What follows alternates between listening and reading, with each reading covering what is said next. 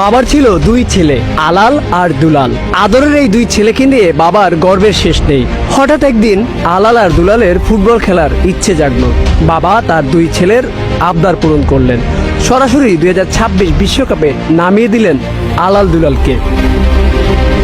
বড় ভাই আলালকে দিল সহজ গ্রুপে, আর ছোট ভাই দুলালকে দিল কঠিন গ্রুপে, যেন বড় ভাই আলালের মতো দুলাল পরিশ্রমী হয়ে ওঠে। আর বয়স বিবেচনায় আলাল খেলতে লাগলো সহজ গ্রুপে। বাবার মুখে হাসি ফুটিয়ে আলাল আর দুলাল সব থেকে বেশি গোলে এগিয়ে থাকলো। ছোট ভাই দুলাল পরিশ্রম করে এগিয়ে যেতে থাকলেও বিপত্তি বাধে আলালের ম্যাচে। কেপ ভার্দের সাথে যখন আলাল হারতে বসে, ঠিক তখন চিন্তায় পড়ে যায় বাবা। আর তাই মিশরের ম্যাচে সহযোগী হিসাবে মাঠে নামালো রেফারি।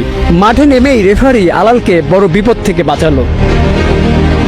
আলাল ও দুলালের বাবা স্বপ্ন দেখছে তার দুই ছেলে ফাইনাল খেলবে, তবে পরিকল্পনায় বাদ সাজে কিছু দল। তারা ভালো খেলে তার টেনশন বাড়িয়ে দিচ্ছে।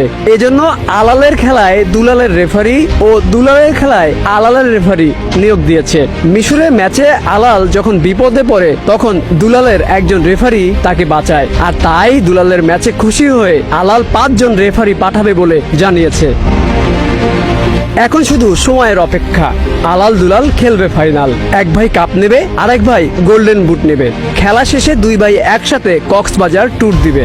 আর তাদের আনন্দ উল্লাসের সব খরচ বহন করবে গর্বিত বাবা ফিফা সভাপতি। সন্তানের প্রতি এই ভালোবাসা ইতিহাস হয়ে থাকবে যুগের পর যুগ। আর আলাল দুলাল বেঁচে থাকবে প্রতিটি ভক্তর হৃদয়ে।